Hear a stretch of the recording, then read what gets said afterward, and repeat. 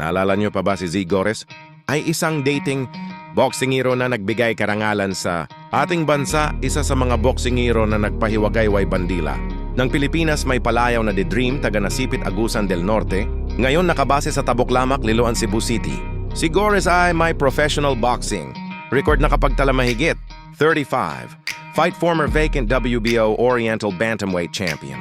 Former IBF Intercontinental Super Flyweight Champion. Former OPBF Super Flyweight Champion. Former World Super Flyweight Challenger at lumalaban sa iba't ibang bansa like USA Unites, States of America, Mexico, Korea. CZ Gores, na ang tunay na pangalan ay Zeta Celestino Oliveros Gores, ay isa sa pinakamahuhusay na Pilipinong boksingero sa lower weight divisions.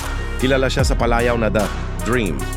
Nagsimula siyang magboxing sa edad na siyam at naging profesional noong 2001. Nakapagtala siya ng kahangahangang record na 31 panalo, 2 talo at 2 draw 17 KO sa kanyang karera.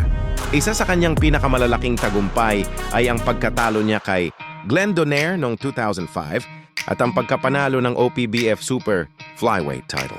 Noong 2007, nagkaroon siya ng pagkakataong maging world champion laban kay Fernando Montiel para sa WBO Super Flyweight title, ngunit natalo siya sa isang dikit na split decision.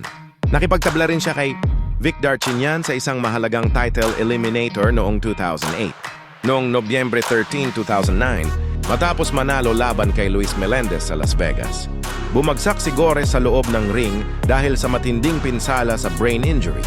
Agad siyang isinugod sa ospital at sumailalim sa emergency surgery upang mailigtas ang kanyang buhay.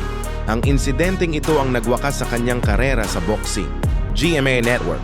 Matapos ang mahabang gamutan at rehabilitasyon, nakabalik siya sa Pilipinas noong 2010. Bagamat hindi niya natupad ang pangarap na maging world champion, naging inspirasyon siya sa maraming Pilipino dahil sa kanyang katatagan at pakikipaglaban para mabuhay matapos ang trahedya. JMA. Dating OPBF Super Flyweight Champion, UBO World Title Challenger.